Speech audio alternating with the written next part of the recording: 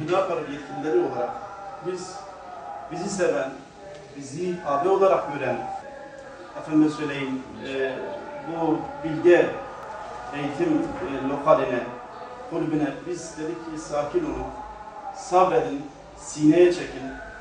Onlar da bizim kardeşlerimizdi. Bilmiyorlar. Gün gelecekler inşallah öğrenecekler. Diyoder'le görüşmek istedik. Dedik ki yani sönsün. Kardeş doğası olmasın. Bir sürece girilmiş. Kim bunu ilerletirse, kim bunu büyütürse bu süreci sabote etmektedir. Kimse yani ben yanmazsam benim kardeşim yanır. Benim amcam yanır. Benim çocuğum yanır. Dolayısıyla bizi şu an tarafı görüyorlar. Biz taraf olmadığımızı, biz sulh ehli olduğumuzu dile getirmemize rağmen tarafkir görüyorlar.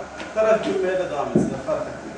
Biz diyoruz ki üçüncü şahıs olarak STK'lara iş düşüyor, partilere iş düşüyor, kanaat önderlerine iş düşüyor ve bu bağlamda periyodik olarak bütün STK'lara gideceğiz, kanaat önderlerine gideceğiz, imamlara gideceğiz, rektörle görüşmüşüz, rektörlüğe gideceğiz, durumu izah edeceğiz. Biz yarın öbür gün bir ateş olsa herkesi yakar, hepinizin haberi olsun, yarın öbür gün bize söylenmedi de demesin.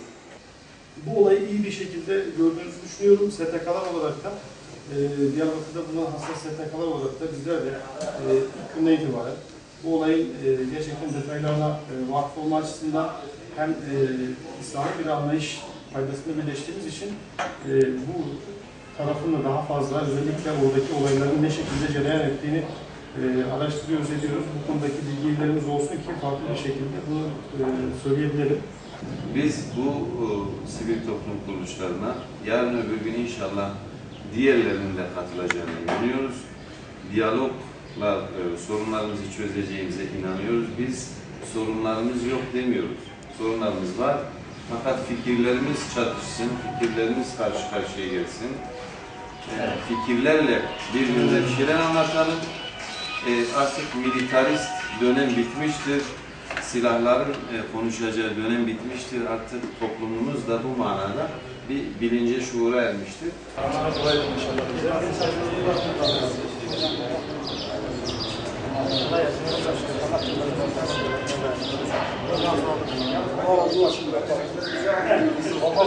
Ayağınıza sağlık. Allah hakkına versin.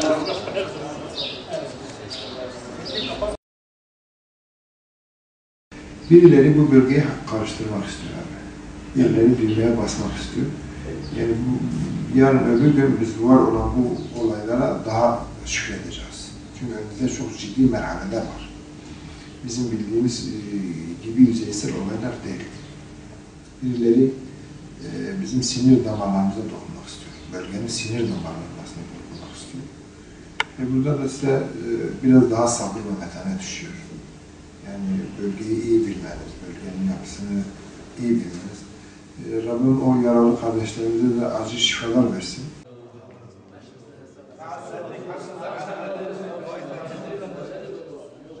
Bu tip provokatif saldırılarla, hakaretlerle ya da işte tahkir edici açıklamalarla, yok saymayla yani karşı karşıya kalarak bugünlere geldik. Bu topluma yönelik tavrımız, bakışımız o annenin kendi yavrusuna, çocuğuna merhameti şeklinde görüyoruz. Ve bu tip farklı mecra çekmek isteyen insanlara da prim vermeyeceğiz inşallah ve toplumu o noktaya getirmek isteyenlere karşı da elimizden geleni yapacağız ve engelleyeceğiz. Bu nedenle o insanlara tavsiyemiz toplumsal gerçekleri de teslim olmalarıdır. Toplumsal gerçekliği görmeleridir.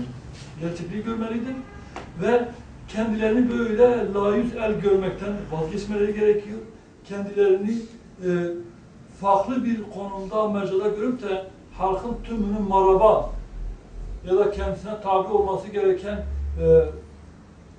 kullar gibi görmesi, kişiler gibi görmesi, tüm halkı kendi vatandaşları gibi bir nevi o konuda görüyor kendilerini, yanlıştır. Burada kimse kimseye kul köle olmaz, kimse kimseye tabi olmaz. Bunu bilmeleri gerekiyor. Herkesin kendine göre belli bir onuru vardır, belli bir ağırlığı vardır bu toplum nezdinde ve herkes bu ağırlıkları kabul etmelidir.